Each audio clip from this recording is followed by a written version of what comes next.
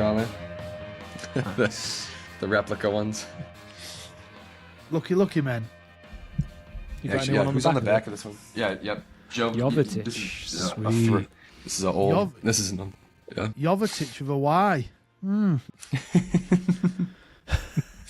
Exactly. Jovetic with the Y. That was a good period for La Viola. Mm-hmm. They had a good time this weekend against Yeah, the Milk so Boys. got a guy who's almost certainly going to get in Team of the Week, who I'm not familiar with, to be honest. They're probably going to put Cataldi in the center mid, which he's going to be. That card is going to be lit for Evos down the road, but not necessarily anything good at the moment. Evos might be finished if they don't get a fix. We could talk about that on the pod too. Yeah. We're live right now, actually, too, by the way. Hell yeah, brother. Don't say anything you don't want to say it on national television. Because we're that big. Pull a South Park. Yeah. Let me just give myself a little squirt of my Lilo and Stitch moisturising coconut body mist. Wow. It's a real deal. It's a real deal. Was that a gift for you, Paul? From the little one? It's granddaughter. She's left it on desk. It smells pretty good, though. Smells pretty good. Europeans are weird. Yeah. She's got to that age now where she, like, anything that smells not gross, she wants to just spray it. Sounds okay to me. Yeah. Anyway, shall we talk some foot? Yeah. Let's talk some Let's do it. Because we have so much content to break down this week that I think we should start here with, did I say content? I meant non-tent. You're not being disingenuous, are you, Hunter? Maybe a little bit. I've been known to be somewhat controversial. What's the deal, man? What's the deal with the non-tent Mets? Good question. I don't have the answer to it, but it's not been a great week. I know they can't do much about who ends up going into Team of the Week, generally speaking. It wasn't a good Team of the Week. I think Total Rush as a promo has been a bit of a bum note. I mean, it doesn't really have a theme. It's just, well, let's just call it around the objective thing that we've got going on for that fortnight. And you would have thought, let's put a bunch of players in who either have special abilities specific to Rush, so you're going to want to use them in that mode, or players we think will fit into that mode really well based off their characteristics and in-game stats and stuff. And it's just not. It's a nothing promo. It's just filler. So other than dropping in, the same old high caliber cards that we see every year, like a Lewandowski, a Neymar, etc., that get people excited that no one's actually going to be able to pack. It's like they're not doing enough for the little guy at the moment. I think that's going to be the theme of a lot about what we talk about today. Yeah. It's a tough one, isn't it? Like you say, Matt, nobody's packing those big boys, and the rest of the cards I'll tell you what I did like. Zaire Emery, he's sort of middle at road, 400k, really nice card. But when it comes to content, we've had Di Lorenzo, reasonably priced, right back, but just boring. Angel Gomez last week, I did that SBC, that's all right. But nothing that you're like, wow, I want to do this SBC immediately and go play 50 games. Who did we get the other day? Rutter. I think that sort of came across mediocre. But I think one of the biggest problems we've got is we almost get flooded with content now and some really good stuff that when we have a week like we just had, we see it as shite, where I think if we'd have got this 2 years ago, maybe this early on in the game, we'd have been like, this is not bad. But it just doesn't seem... I think a lot of people aren't excited about playing, so it's not... The content's just not motivating people. No, it's getting me excited at 6 o'clock, especially when you already know what's coming. Like, that takes a lot of shine off of it, doesn't it? Yeah, I feel like that was a big issue. Is this promo got leaked, as all of them do per se, but to compound the misery of that, it's, well, no one understood, kind of, because Rush is the new mode. No one knew what this total rush was going to be, and so when then our community gets into our own head about swirling a million different ideas, and they're like, oh, it's going to be this or this, and then when it doesn't happen, it's almost like they're disappointed because they took an outlandish run with it. EA, the leakers give you an inch, and these people take a mile of like what they think the game's going to be. Plus, there were some glaring things that were an issue with. I wish they would have tied in. Rush is still a new mode, right? And people are still getting accustomed to it, so it's not the attention grabber yet that I think warrants a promo 2 weeks into a game. Right, you're centering a promo, or at least the namesake of this promo is something that's only been around and in people's minds for 3 weeks tops, right, at this point, because it's the second week. And so I think there was a little disconnection there between the community and these cards. But I think it would have been a cool opportunity, and maybe in the future as they get these things together, it's like, okay, well, the objectives were bugged. You needed to use non-rare golds and whatnot to get some of these objectives, and that left a sour taste in people's mouths. And so if they can iron out things like that, plus maybe... I feel like with Rush, there's only 2 game modes ever in it, right? And it's like, okay, well, that doesn't, they're basically the same. And so if they could give us some differentiation there, where maybe it's these limited time modes that they give us, but at the end of it, if you win 5 in a row or 4 in a row, because they did do a little bit of a streak objective, which I liked.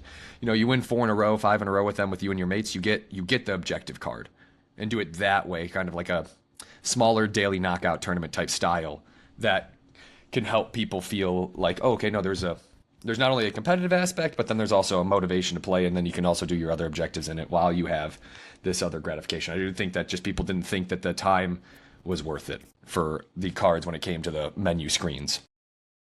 The SBCs for this, though, I agree with Paul. We got, if they give us 1 or 2 good SBCs per promo in the past, we would be like, oh, that's amazing. And the DiLorenzo's good. I'm spoiling ahead of what we got in the team, but like the DiLorenzo SBC, I'll be doing that as a Serie A stan, and I've come up against it a few times. Pretty solid card.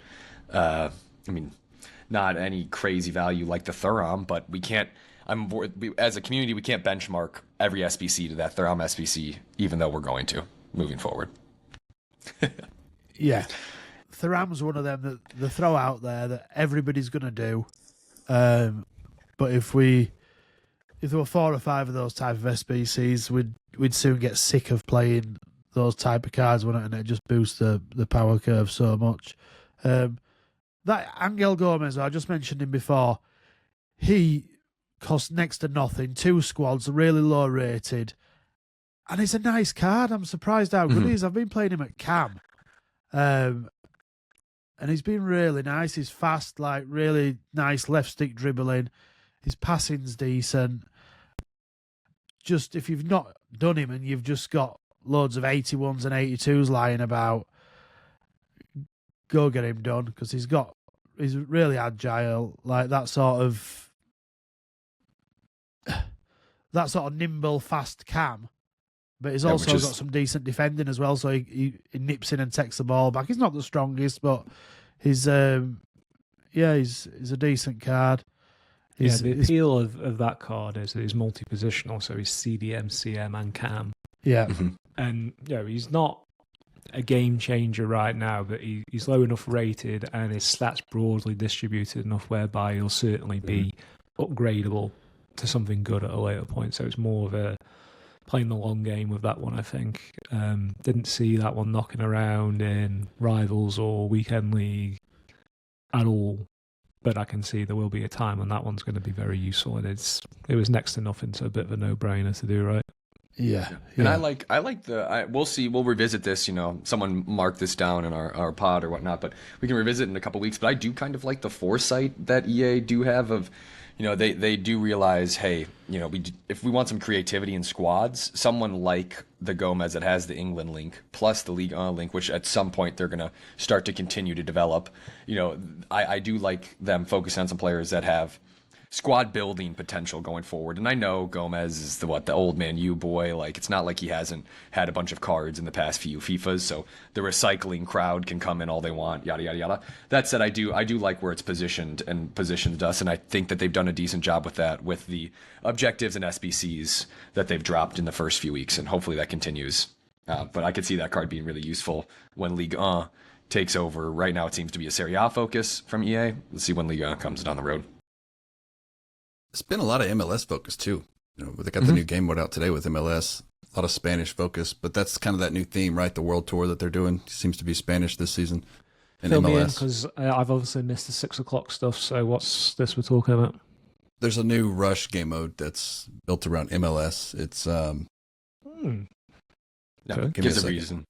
Yeah, it gives people a I've reason to got use the the Fantas. perfect player for this. I stuck inform Ricky Puig into Yeah. the Guti same. Evo. I'm sorted for this one, so obviously I'm going to be playing that tonight by the sounds of it. Yeah, it's called Total Rush MLS. Anyways, there is grindable content out there.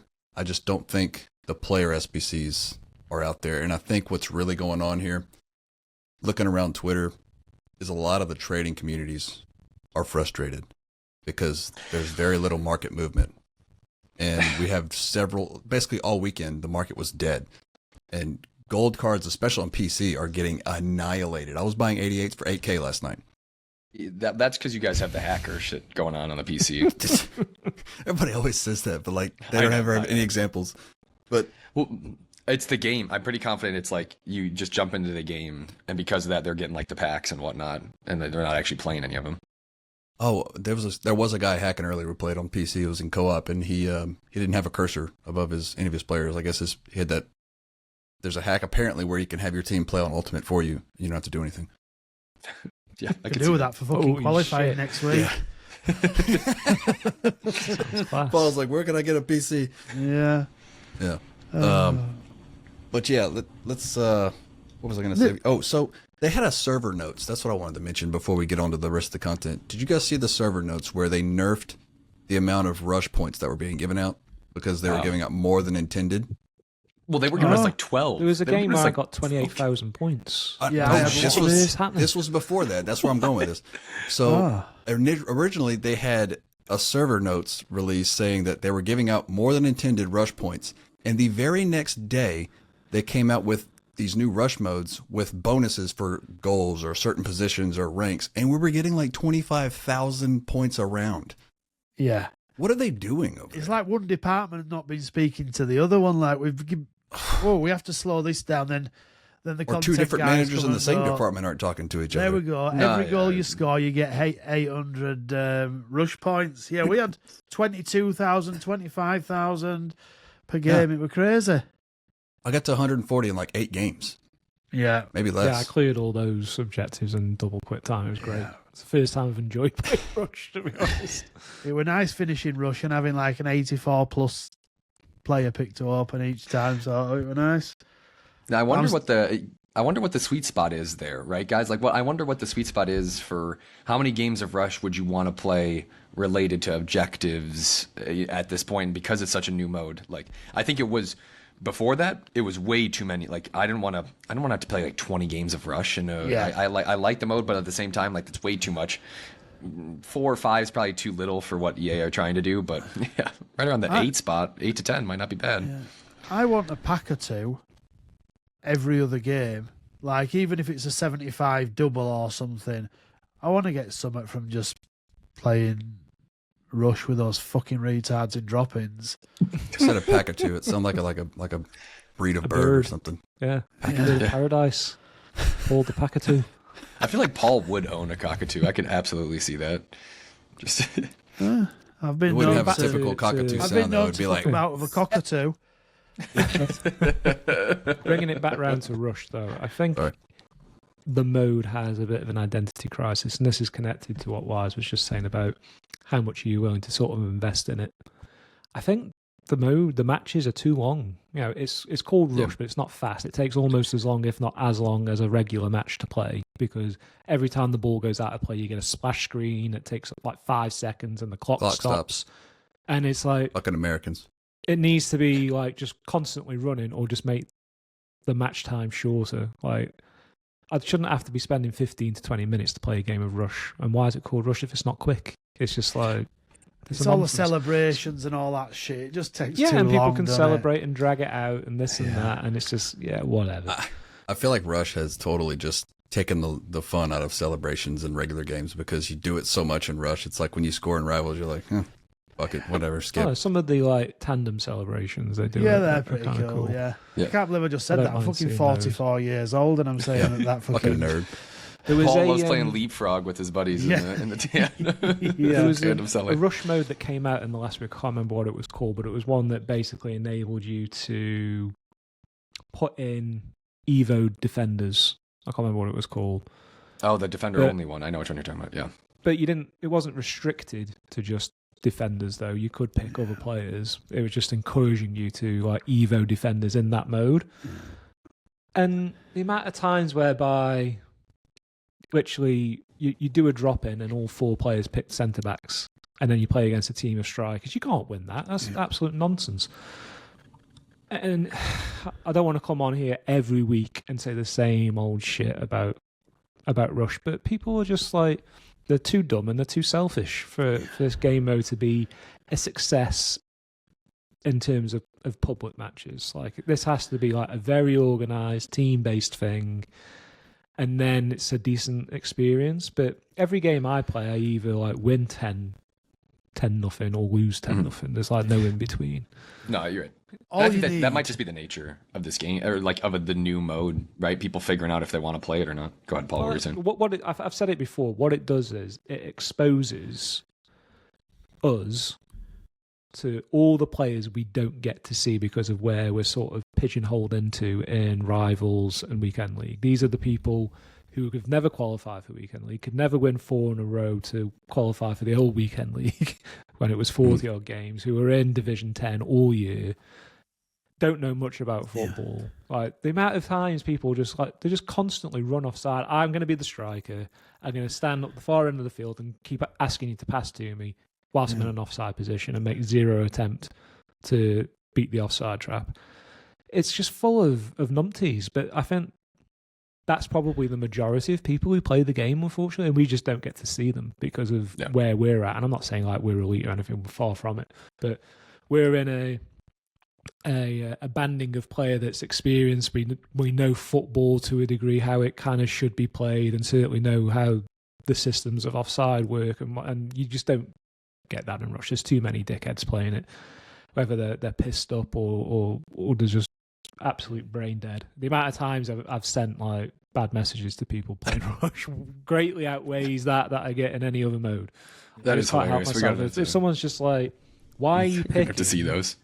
a non-evoed CDM with 50 pace to play in Rush and then trying to play him as a striker and just constantly either running offside or running into people? Oh, it does my head. It's because they're watching like TikTok and like playing Subway Surfers. Like, you know, the people that are doing that are like stimmed up with like 17 different screens as they're trying to play this. Like, as they're trying to play this. Absolutely off their heads on G Fuel.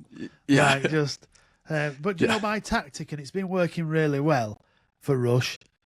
For the first part of the game, I'll stay back and defend.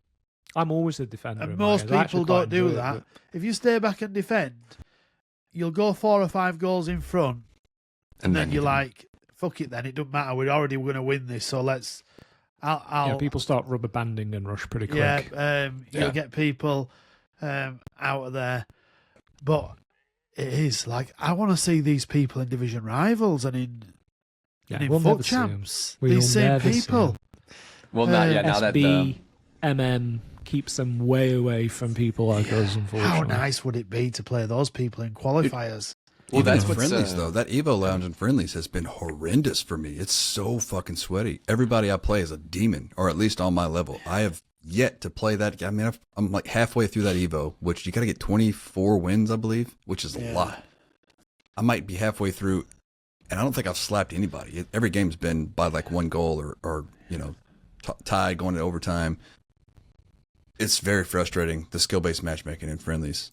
Are you guys having the similar experience, or am I just shit? I've not Yeah, it even was been in that pretty tough. Evo Lounge, to be honest. You're playing But it's friendlies? hardcore players in there, isn't it? The hardest part for me was getting the assists with your Evo player that you need. If you're doing Guti as an example, you need to get X number of assists as well as wins, which is quite demanding. And because your Evo player is highlighted, and people know that you need to get assists with that player. They're just constantly marking that player, knowing that you're going to overplay that card a lot because you I've need had people to do the R1 slide tackle deliberately just to stop him from getting an assist. Sure. So Eesh. it's like, that's the nice. it'd be so move. much easier if you just didn't highlight the Evo cards on the pitch for everyone to know, because what purpose does it serve?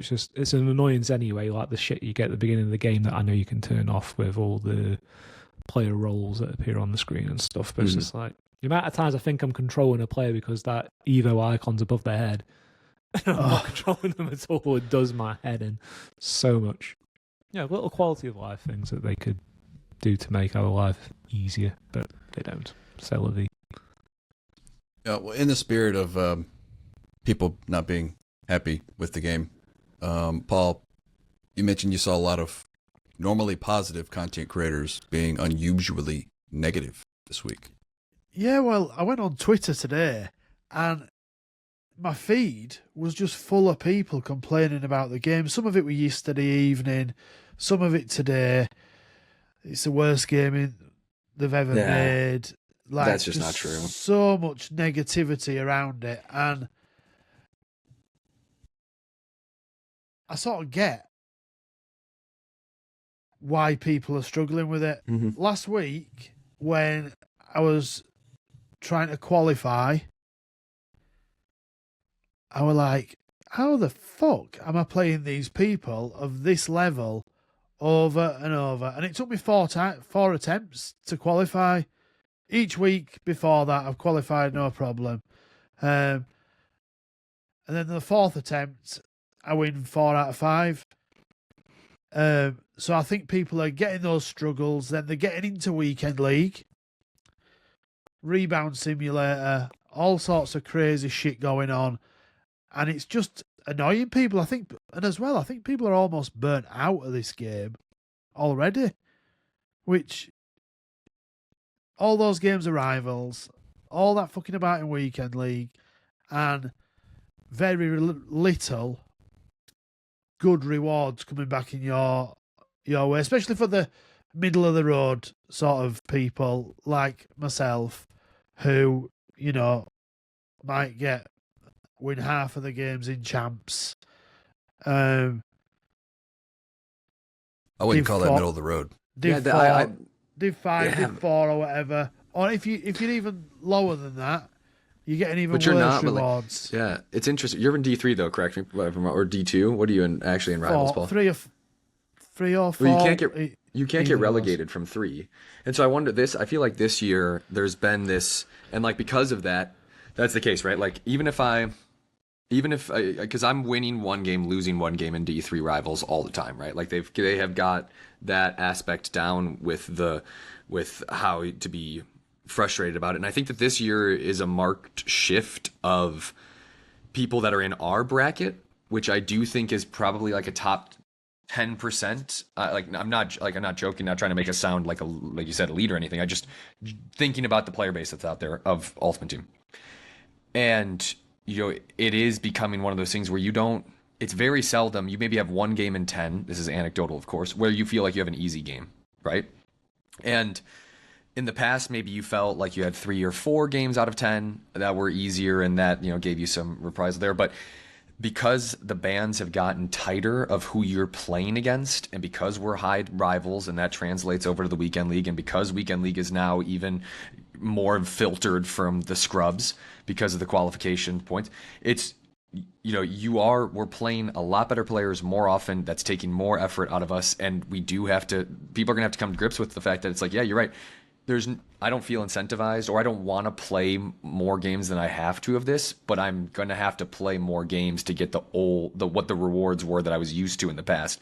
And I think that that's a big shift for people having to make a decision of, all right, well, be comfortable only playing Rivals and getting your 45 points, but knowing that's going to take you 5 to 6 days in a week.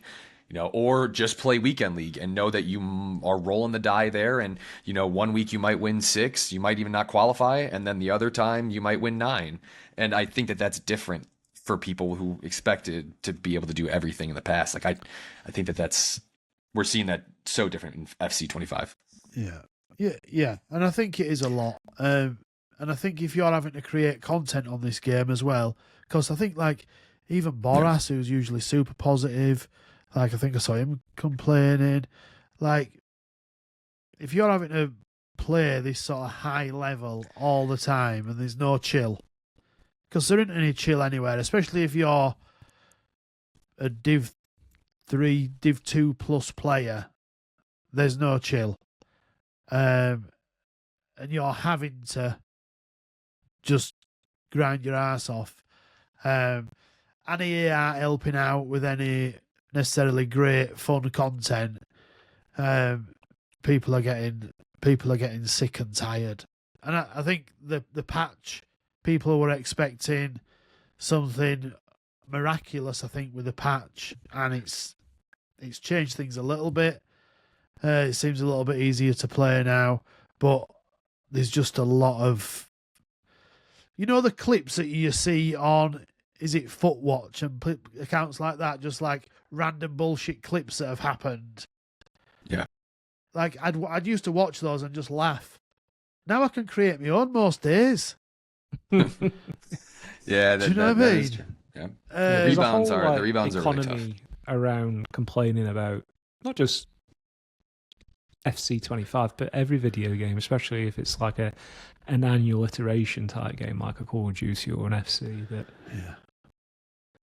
the game can't live up to people's expectations. And I largely think that's because people have just had it too good for too long, that they've forgotten what a bad game actually looks like if you just play FIFA stroke FC all the time.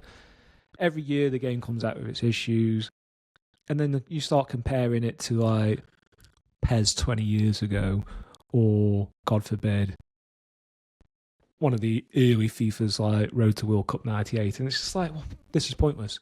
If you think those games are actually better than what you've got now, you are sorely mistaken. Go back and try and play those games. They won't be enjoyable. Nostalgia blinds people enormously, but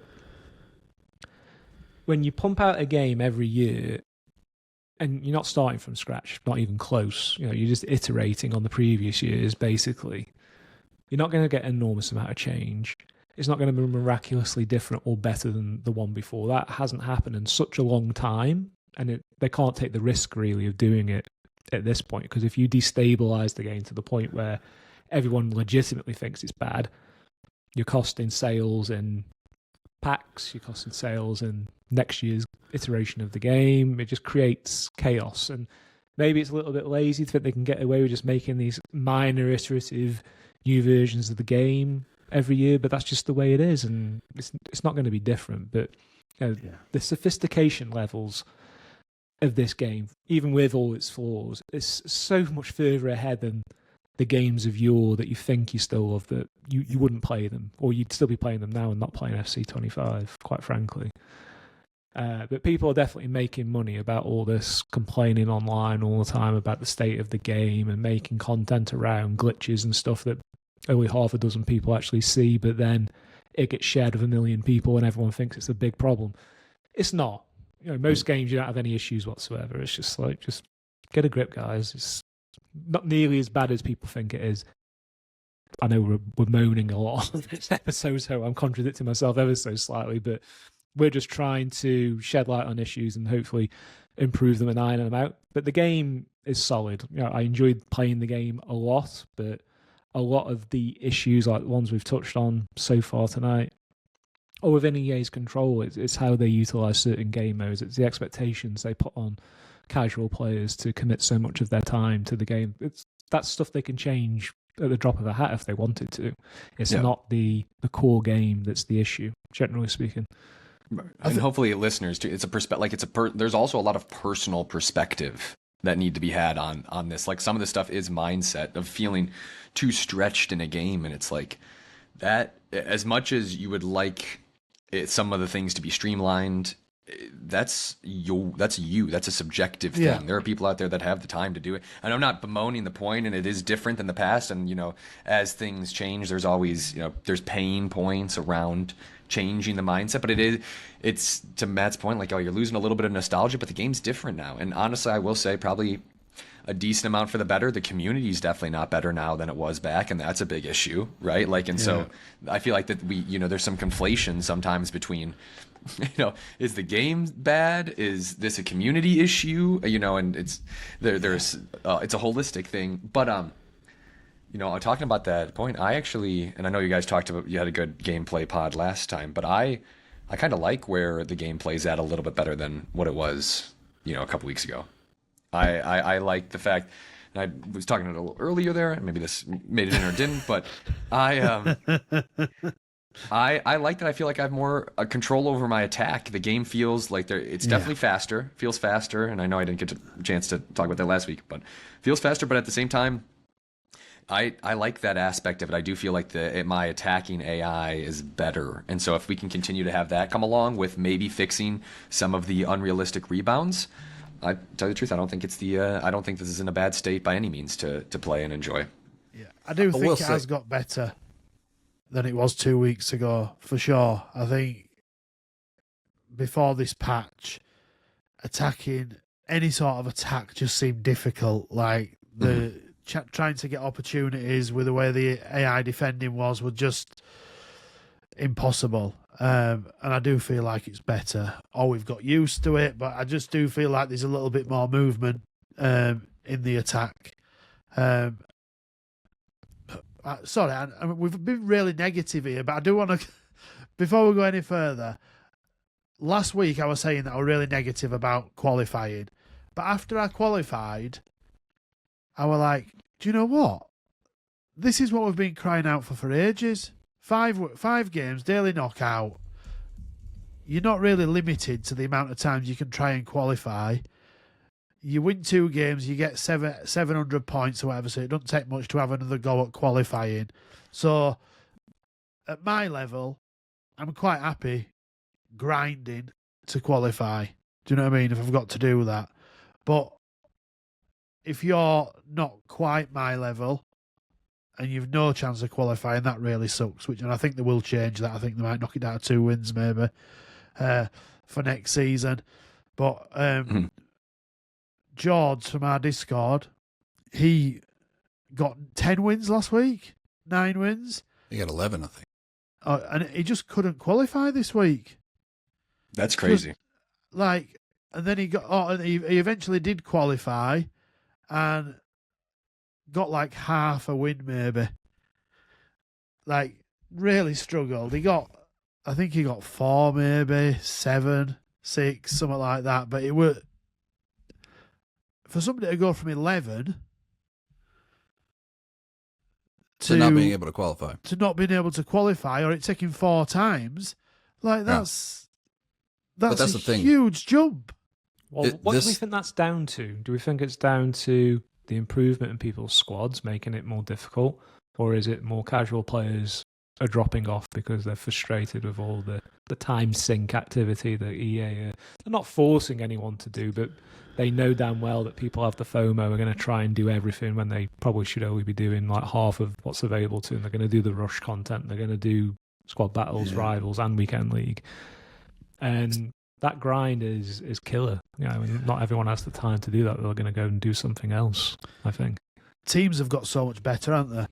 I've seen that. Yeah, my team's like so far behind the curve, it's not even funny. And I've invested so much time into this already. I don't feel like I've made much progress at all. So he got 5 wins, half the amount of the week before. It took him 3 times to qualify. I think it's just the bands of, like, again, I really do think, I think it's just they've further and further and further distilled who you can play against. And that's exactly what I was going to say. The matchmaking has everything to do with it. He's in Australia as well. There might only be the hardcores left. Is it a holiday down there or some shit? I don't know. Yeah. No, I think he's playing some like pro hacker, elite 360 no scope motherfuckers on Easter Island based on locations. Regardless of all of this, the fact that it's only 5 games and you have to win 3 of 5, one, you've minimized the potential for that person to qualify because there's less games, and you have to win more of the games than there are. You got to win the majority of the games, and we know there's skill-based matchmaking. So now, if you have a bad connection one game, or if you drop a connection, or if somebody does a no-loss glitch or something like that to where you get a loss and it's out of your hands, there's just more room for people to be excluded from the competition, which I feel like there's way more people being impacted by that negatively than there are positively. And even the ones who do qualify for champs, literally every single person I talk to, none of them have enjoyed playing foot champs. Everybody is fucking miserable after they play it because it's so fucking sweaty, but that's what it's supposed to be. Yeah. So the issue is when you go to rivals, do you get any kind of relief? Fuck no, it's still competitive as hell. Friendlies, is there any relief? Fuck no, it's still competitive as hell. So where do people go to fuck off and play? Rush. No, Maybe. because then, well, we rush, but the people are a little special. There's nowhere to chill and play. There's like friendlies used to be like way more relaxed, you know, but there's just chill game mode anymore. And I think I still have optimism that Rush will be there in that sphere. But I think that we are the ones getting squeezed as people that are on the fringes of those elites and not like, you know, we aren't good enough to be enjoying where we are, and we can't drop down either because the D3 is capped.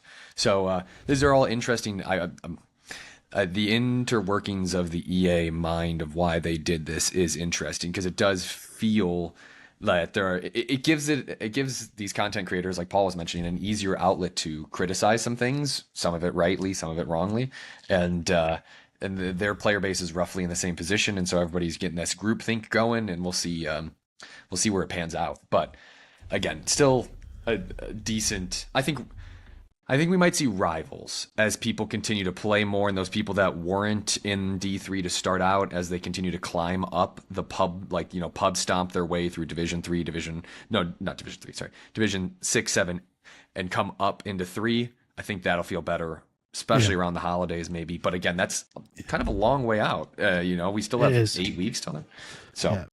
And people like George, who were getting back into the game this year, have not qualified a few times. He's not spending all that time getting 15 wins. Like, they're just finished. They've gone and probably won't come back.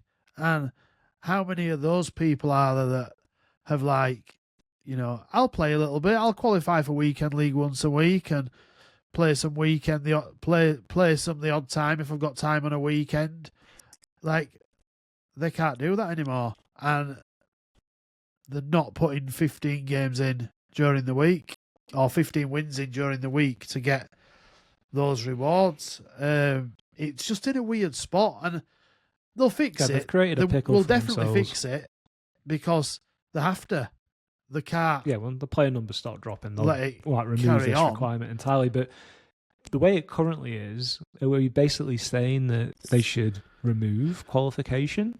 Or we're certainly not saying No. we should make it harder because people are already finding it hard enough. But this is supposed to be the main competitive mode. It's supposed to be tough. But people still want to participate in it. You're not allowing people to participate in it to find out where they're at. They're just getting the door closed on them before they even begin. So that's a problem, right? Or is it? Is that the way they want it to be? What If was they wrong do with the way it research to was? say, if we do this, people will be happier. I don't think that's the case, though. And What was wrong with the way it was? I think were a they little thought bit they were too doing us a easy, wasn't favor. it? Well, that and it God was forbid long, they like, fucking it give was, their community something.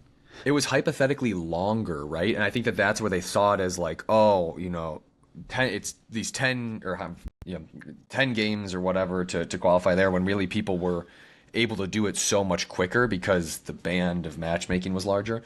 I mean, do we think this is a problem that's solved by just dropping it down to 2 out of 5 wins? Yes, I think so. Well, I don't think so, I yeah. think they should just make it based on your performance and rivals throughout the week. Just eliminate playoffs altogether. I mean, it's stupid.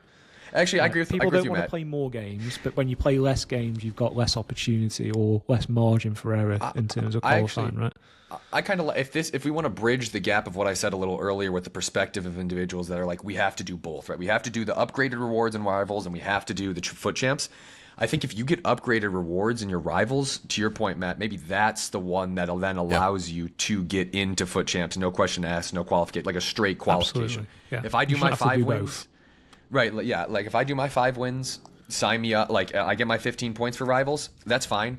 F it. I'll roll my die in the foot champs qualification, try to win 3 out of 5. I think that that's a fair split of my time personally. So we'll see what the community has to say. They should tell us in our Discord. Yeah. It's free. Nice, Click the link in the show nice. notes. That'd be nice. I think if you were in maybe Div 5 and above, and you get the upgraded rewards, you qualify for Weekend League, like golden ticket, off you go. But they will change it. There's been too much complaining about it from Nocturne, and they're not. One thing they're not is idiots when it comes to keeping people engaged with the game. Oh yeah, they're definitely doing their analyses on this now, and yeah. because if it's starting to affect the monetary aspect of it too, there'll be some changes. And one thing before we move on, when I couldn't see the rationale behind this until I couldn't qualify last week, and for me it was like I need to trade some more quick to get some more coins to upgrade my team. If you're not a trader, the option is the store. So I can see that now. It's like, right, I need to get better at this. I need to upgrade my team quick. So 100% that will have sent casual players to the store to try and upgrade the teams quick. And I think maybe that's why we've seen a huge jump in people's teams in the last week. Yeah, we do need to move on though. We do. So I'm going to do a hard transition to Evos because Evos are still an issue. There's a bug in the Canon Evo. There's several other bugs going on with Evos. And they're still pushing out Evos for Foundations. We have 2 now.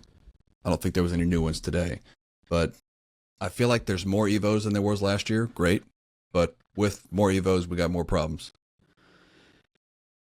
Yeah, And well, they're not as chainable as they led us to believe, at least so far, right? And that's something that people have And I'm probably sunk shocked. some of their real money into on the premise that they'd be able to run a certain card through multiple Evos to get the desired outcome, and they're just not able to do it at the moment. And the whole like stat limit thing is just prohibiting people from doing what they would like to do. So yeah, issues. Big I time. feel like they're going to give us that, but on their terms. They're going to wait until it's a little bit further down the chain. They don't want to give us Evo cards that are right up near the power curve. They want to always keep that behind, and I think that's going to go according to plan. They don't want to give us anything free that we can use for any lengthy period of time. No pun intended. But lengthy and explosive does need some balancing, as a random fun fact, I believe.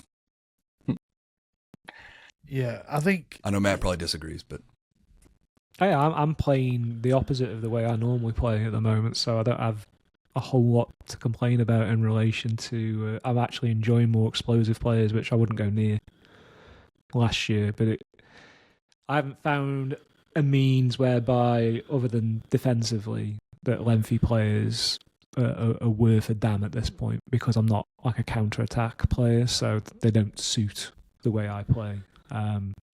So it's opening up more of the player base to me, which is a good thing, I guess, and not just playing the same style every year. But yeah, I'm not in on the whole balancing issue with that at the moment. Anyway, that might change Gotcha. in future though.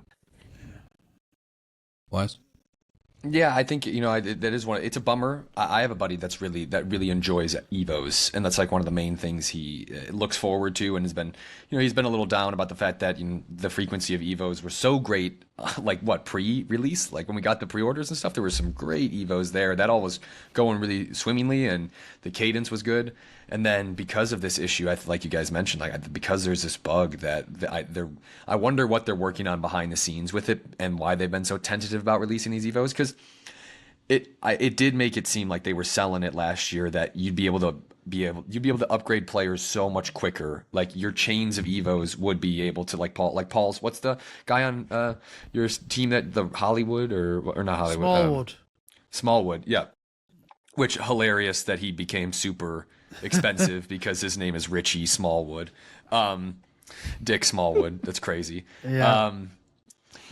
But that Evo looked really solid, and it's like, oh great, he got great pay. Like that card was really close. If we would have gotten by this point 1 or 2, like another Evo to make him an 84 or something, that's a card I could see people actually using in Rivals, and like that you could play with consistent. And since we've missed that, I think that I That's been a big bummer for them, and I hope they get it sorted quickly because this is a feature that I think, to your point, Hunter, about how do they keep people engaged with the game. It's something like that where they feel invested in a player that's in their team, and it's just a shame that they've messed up the glitch on the chain there. Yeah. Well, I've not done those Bradford City chains yet because this happened last year. I started off doing Bradford City Evos, and then 3 weeks down the line, another Evo comes, which was a paid Evo, and it made all that hard work and chaining irrelevant. And it were like, fuck, like, is it? And it just sort of put me off. And then I did other Evos, which I wanted to chain together to get to move cards up, and I couldn't do that. And I just ended up with like this 69 rated card sat in my club all year. Yeah. But I'm not sure what the issue is, but FootSpy tweeted out yesterday, if you're curious what about Evos is currently broken, it is this. You know, they said that stat limits are still allowed above cards above the threshold to get upgraded. They can. If a card is 86 pace and the requirement is 85 pace, none of the other stats get boosted as intended. That's right. Yeah, that's right. So I don't know what they're going to do to fix this, but at the moment I'm not wasting time on doing Evos if we're going to have a big change up and a fix or whatever's coming along. I don't know, but it really deters well people from even doing it all together anymore, right? We needed and I that, think we needed that Power Surge Evo to do some really nice chains. And what they did is they gave that out early. Everybody used that Evo for a card in their club.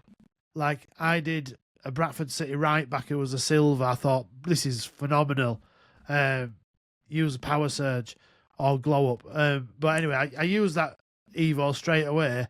And then 2 weeks down the line, we got all these other Evos and the chains looked phenomenal. But you needed Power Surge. Most people had already used Power Surge along the way. That was the case a lot last season, though, right? It was, yeah. People I think want to do holding it off day is the one. key, innit? You have to wait and just see how they pan out. If you wait the last couple of days of the eligibility period, you're going to have so many more options, and then other Evos which attach to that. But people I completely agree with you. They need better themes. But like, I don't know if that, I feel like that's not a sustainable way to think about Evos, right? Like being like, okay, this Evo came out, I'm going to wait a month until I can do it. I know I'm piecing the puzzle together in my head as I deliver this. I think they should make Evos repeatable. There's no reason, in my opinion, that they don't. It should be like cap it. Sure, you can cap them, right? Like cap it at 4 or 5. I get you don't want it running rampant, but like let me have multiple chances. And to your point, Matt, like if something, what if a Bradford City inform came out for Smallwood, right? And then you're like, and he's still under the Power Surge. It's like, give me a little bit of leeway there, and that's fine because I can do the first one. Okay, whatever. Then later, like you said, for waiting, I'm not punished for using up my repeatableness. I get it. I know why it is. You think about it. It's like, all right, well, what's their point? Like, you know, if everybody's able to upgrade all of these gold players in all the big 5 leagues, there's no reason to then get the promo cards. You know, it cannibalizes that. We cannibalize the promo cards. We cannibalize the packs. So like, I can see how there's a couple of quick degrees of separation to impact store usage, but at the same time, there's no reason that you shouldn't be able to do an Evo 3 times or something. Would you pay 3 times for the same Evo? I like that idea. I think that's a cool idea.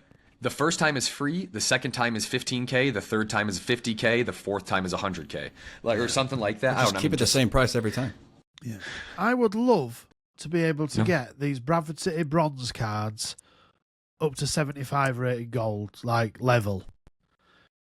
Get the stats up so that they're not. So you're not doing Evos for them, getting them to 75 rated, but they've still got 59 reactions and 72 composure. Like, they need something. We need something to be able to push those cards up on the low end. And it won't impact the high end, will it? Do you know what I mean? Like, you're not. If you get bronze cards up to 70 rated, 75 rated, it's not going to break the game. You're going to have loads more people engaging with the game, playing it, to do these Evos. And what does it matter if it's repeatable up to 75 rated? Right, especially like, as long as the only thing is walking the tightrope of how much time a person has to put into it. But at the same time, you're like, you see these idiots out there that are playing with like full Chelsea teams, right? And you're like, Oh. why? Yeah. Yeah. And you're like, why are you doing that? Let's just go play some head to head, right? Like, what are you doing? Like, that's not the whole point of Ultimate Team. But it actually would be cool if you did see over the course of time someone be able to have an Ultimate Team of Bradford City players that are, by the end, I'm talking end of the cycle, 88 overalls, right? Like, kind of fun. That to me showed that they put the time in, they earned it. Why not let them do it? Yeah, I suppose they want those slots for Icon SBCs and Hero SBCs and store packs that you've bought. They don't really want you filling up your team with 6 Evo cards. Where's the fun in that for them? You're not going to have to go to the store to upgrade your team. You're just going to have to play 50 games. But you get They need to find a balance between that, don't they? You would have to, along the way, though, you would have to put those Bradford City players into a team that has good players. It's not just off rip you're going to be able to do it. You know what I'm saying? Like, especially if there's like win objectives. But also to Hunter's point, Paul, if you monetized every single one of those upgrades, which I'm not necessarily advocating they do that for Evos, but at a point, if you really do call $1 a card or whatever, or £5 or whatever coin equivalent they want to slap on it, they make just as much money because maybe you are a player that wouldn't buy packs, but you would spend it on the player upgrade. 100%. Say, all right. Yeah. I wouldn't be spending unless I could get those Evos for Bradford City. Sorry, Hunter. No, it's fine. I've said it for years since we've doing this podcast. I will pay money for a product. If I know what product I am getting, I am more likely to spend on it. Mets, you said the same thing with Call of Duty. You're getting a skin pack or whatever. You know precisely what you're getting. People are more likely to spend The problem on it. is EA have had it too good for too long, where they're basically flogging you opportunity, not the outcome, right? And people have kind of, I'm not going to say become addicted to it, but they've become nurtured towards that. That's just the way it is. Evos are kind of break away from that. They're adding this additional engagement system and additional revenue stream where they're starting to charge for some of them. But they'd much rather you gamble your life away on packs to get that week's promo card or an icon or whatever. So they obviously still think that the money's still in packs because far less opportunity to get something. People got to keep going again and again and again and maybe get something, whereas Evo is a guaranteed outcome. The solution then is let's randomize the Evo. Let's do a gamble Evo. Let's do it. So very small Don't price. give them any ideas. You don't know what the Evo is going to deliver exactly. And it only takes 1 or 2 games to play to unlock it, but you just keep doing it and doing it and doing it. And eventually, after you spent £20, you might get the one you're after. But that's what they fucking should AIDS. That's AIDS. Mystery Evos. You No do way. not know what you're going to get, but there might be something in there that just turns it into a 90-plus card, but you might have to do That it actually 100 would be times. hilarious. That Oh would my be god, that'd be so great. funny. That would be so funny. What is it like? Just play 5 games with this player in your team, or win 5 games with them in your team, and then just go to the And screen. then it's just going to pop up, and you might get like some defensive traits on a strike. Oh my or god! something, Hey, but- let's further do this. Player pick Evo. Oh. You get Ooh, a 2 player versions. mystery Evo. That's Yeah, nice, you get 2 versions of the card, and you get to pick which one you want. Lovely. Wise, we should work for EA. This Yeah, is, we should. I good want a stuff. job there as well. Damn, that's I crazy. think that's the solution where we get Evos up to where players want them to be, and EA don't take the hit to the revenue stream. It's like, okay, if you're not buying packs, buy the Evo, but you're not going to get exactly what you're after. We'll just give you an opportunity to send it in the direction you want to go to, but I hope quicker Matt than never the current works for system EA. allows for. Yeah. If you ever go work at EA, I'm going to call him up and slander you so bad. I want Matt's Mystery Evos.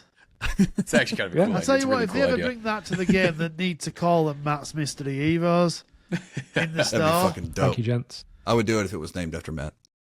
And I'd be mad the whole time. I've worked in the gambling industry for too long, clearly. Yeah, Gross. Matt knows too much. Matt's like the guys that work in, that work at like the DOJ and then get poked and snapped up by private companies to circumvent the rules and the tax codes and all Yeah. that type of And the stuff. Blackwater, like military Yeah. advisor type.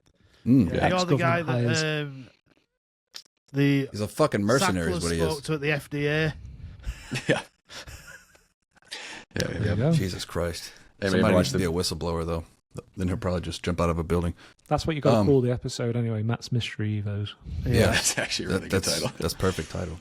All right, Paul, you mentioned something in the show notes about EA sending tradable packs and having market consequences. Yeah, so this week, well, Jake spoke about it a bit last week. Like in the first couple of weeks, they didn't give like big, massive tradable pack lightning rounds like they did last year. They just went hard, didn't they, last year? And they've sort of slowly been building up the packs, but this week we got 200k jumbo rare player packs in the store. Not loads of them, but enough that people were opening them, and golds got absolutely battered this weekend. They just died, didn't they? Those sort of mid-level, sort of 20k to 150k golds just died bad. And some of them have recovered a little bit today, but we're getting to that level now where, and you see it, we've just been talking about in gameplay, people's teams now, they've all got 100k plus cards in quite a lot of positions. People are moving on now to buying heroes, icons, those more expensive golds that are, your sons, and those types. So yeah, the gold market is about done. But on the bright side, if you didn't own those cards and you've got coins stacked up, now you can go buy these cards 20-30% cheaper than they were last week. But there's a warning in that golds aren't going to get any better. Golds are just going to keep losing value, because now we're getting those sort of special cards that people are packing. Ndombele, I packed him twice this weekend. I'll put him in my team over De Jong. He's free, so I'm not going to spend 50k on De Jong when I can just go buy Ndombele. So people are starting to pack one or two of these cards now, selling the golds. That with supply means that, they're just getting killed. So be careful if you're not. If you've got gold cards, today is probably the night to sell them, actually. Stuff starts dropping after today, usually. And unless they're out of packs or something. Yeah, like Salah. I'll keep on a Salah this week. Tomorrow's out of packs. Those ones that are out of packs you can probably keep hold of, but stuff in packs, let's get rid of it. I'm saying tonight, this shall have already dropped probably by tomorrow when pod comes out, but just be careful with your gold cards. If you're going to keep something, we've seen it the last few weeks, the sort of out of pack specials have held some value or risen, so they've been pretty decent. But last couple of years we've had a decent-ish crash end of October, so I don't know if that'll happen again this year, but you're always safe using my method. Buy a team, play with it, get out of it. Playing all your games on Sunday's a good shout. Buying Sunday morning, playing your games Sunday, sell Monday afternoon, Monday evening. You can usually make a few coins. Jolly good. Okay. Gameplay. So there was a note about PC versus console. You referring to the tweet from what's his name? Crassy. Grazi. I will hit it with a hammer. Or whatever it is he says. Anyway, so Guys, I got PC with 4090 graphics card and the gameplay is great. That was very good, Hunter. That was very good. Yeah. So I've been hearing this a lot over the last few weeks that PC gameplay is so much better than console. And I was like, oh yeah, that's just PC guys. You know what they're like. They're just those type of guys, aren't they? Like mine's better than yours. But actually, there seems to be some. Hunter didn't even bite. Then look at that. He either wasn't listening or he didn't bite. But You got to try harder than that. I think there's definitely something in it. Nick Run the Foot Market's been using a PC Road to Glory this year. He said that it's a different game. Crassy, you've said it yourself, haven't you, Hunter? I just get jealous seeing their menus, how smooth they are. Yeah. The menus are fucking immaculate. You can always count on the menus being great. I can't like when believe people. that we're on like next gen and they can't get the menus to like run at 60 frames per second. It's so fucking stupid. I actually don't see a bigger upgrade for this Xbox. Like, what's the difference between this? Like, sure, the graphics are a little better, but what's the difference between this and the one? Like, nothing. Yeah. Yeah. Well, there's lots of people still playing old gen on the new gen, but we won't go into that one. But I've turned crossplay off, and my win rate has gone up since I've turned it off. Coincidence? Maybe, but I don't think it is. Resets if you play Rush, though, Paul. It does. Do you know what? 2 of the qualification bouts that I had last week, I was playing with crossplay on. So that might be what fucked me maybe a little bit. So I don't know. But if I play a good player and he's on PC, he's absolutely spanking me. It's cheating too, no doubt. Probably, yeah. They're all cheaters, aren't they, on PC? Yeah. But why are we playing 2 different games? Why can my opponent have a PC and be playing a better product than I am? We've paid Welcome the to same for it. first-person shooters. Yeah, I don't understand how they even allow it in first-person shooters. It's wild to me that they even allow crossplay between console and PC. Why is it the same on shooters as well? It's so much Well, you easier gotta- to play you gotta with mouse and factor keyboard. in with mouse and keyboard being more precise, and that they're running their game on a high refresh rate, which essentially means they can move quicker than your character in terms of how quickly the screen updates. They can see Right. you before Game a feels console more player can responsive as see well. you. There's just so many little quality of life things. They balance that out by allowing aim assist on controllers, which PC players will scream to the hilt is overpowered, but yeah, up close and personal it is. It is But you overpowered. can't snipe like a PC player can, and that's where all the the good content comes from, playing Call of Duty or Warzone or whatever. So this is just unfortunate part of the way the business is going, that PC has become the bigger market than console now, and every game that comes out has to bridge the gap between the two somehow. And the advantages to playing FC are so much smaller than first-person shooters, but it's still there, and it's going to be a problem going forward. But I personally have always said that I don't think PC should be allowed to play with console on FC. It should be a similar situation to what they have on the Nintendo Switch legacy versions of the game. It's its own isolated little product on its own little island with its own little player base. But, money talks. And they want all that matchmaking capability and cross-sell. And they know That's crazy. from the last few years, the way that multiplayer gaming has exploded, that people engage more and therefore spend more on games that they can play with their friends, which may be on different platforms. And that's ultimately where we're at now. Is they want everyone connected to spend more money. Is why it's so important they get Rush right. And they will eventually. Which again, first 3 weeks that this mode's been out, but yeah. Yeah, it's wild to me that they separate the market but not the game. I don't, and that even gives PC players more of an advantage, I would say, especially right now with the way the PC market is. Supply is far in control of demand, and cards, like I said earlier, are so cheap, where people can build better teams and have a better gameplay experience against a person on console who can't build a team as good as them quite easily.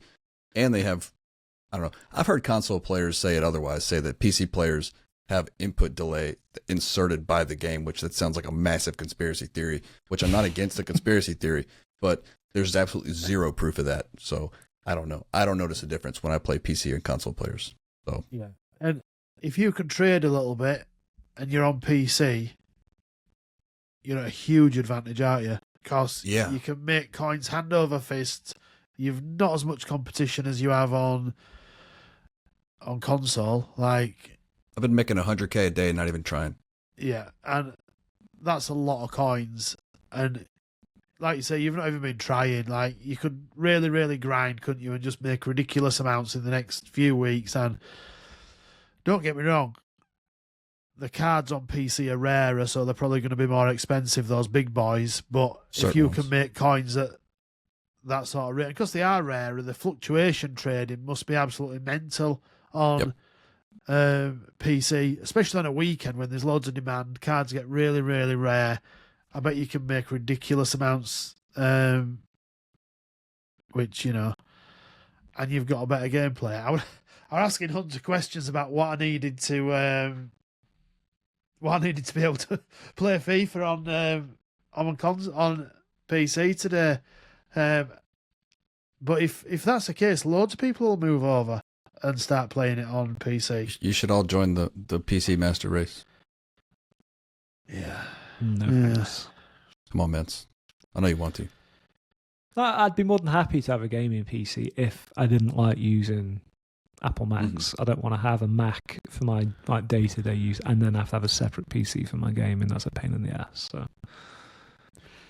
when they put it on Mac, I'm in. Put it on Mac, EA. You heard him. Get an extra 100,000 players. Yeah. Something stupid. Well, we've gone quite a lot today. One thing we touched on Black Ops 6 coming out this weekend, Matt. Do you think it's going to have a noticeable impact on the amount of users playing FC? Yes and no. To people like us playing at the divisions we're in and that kind of thing, I don't think we'll see any different. But if we had access to the numbers, the daily active users, that kind of thing, the stuff that EA really like to share with shareholders, that kind of stuff. FC and Call of Duty are the two most popular casual games in gaming.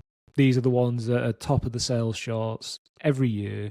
They share a lot of the same player base. I know people are going to say, well, I'm a football guy, I don't play Call of Duty. Yeah, some don't. But I bet you there's a majority of people that play both. So in terms of the overall player numbers, it's going to go down for the next couple of weeks, guaranteed. How that impacts on your gameplay experience, I don't know, but I think it's a bit of a perfect storm as to where we're at with the state of how much demand we're putting on players as per what we started off this podcast with. The amount of stuff that we're asking people to do just to be able to participate is going to turn off a certain amount of that casual player base, the ones who can't even qualify or struggle to qualify. And they're going to go want to check out the shiny new thing, right? I think it's only natural. So it'll be interesting when we do the next podcast or perhaps the one after that to say what we've noticed. But I do think it's bad timing for EA based off the kind of rough start they've had to this year in terms of not quite getting it right with the balance of the demand we're putting on people. And now Black Ops 6 gets released, they're going to lose a big chunk of those players. Myself included. Yeah. And like I said, there'll be no weekend league for me this weekend, regardless of how bad it went for me last week. That's just, it's not going to happen. So I'll play my squad battles, I'll do my rivals, but the weekend I'll be playing Black Ops, no doubt. It's like you said, that like I'm going to get my 15 points in rivals probably Thursday, and then have all weekend to play Black Ops 6 because there's no middle ground. I have no reason to play rivals further than 15 because I'm not playing to 45. So why would I go on? Might as well go play Black Ops because... And the beauty is you can extrapolate your gameplay experience as far or as little as you want playing Call of Duty. You can play it for 5 minutes or play it for hours, whereas you kind of feel roped into playing X number of games if you're playing Rivals or Weekend League, and that takes up a massive chunk of your weekend. And of course, Call of Duty isn't a weekend game, it's a 24/7 game. All those modes are there for you to access at all times, and we're not being forced to spend the best time of our weekends in a mode that we're not particularly enjoying, burning several hours of the day. We'd rather be spending with our families, doing other shit, watching football, whatever it happens to be. Doing drugs.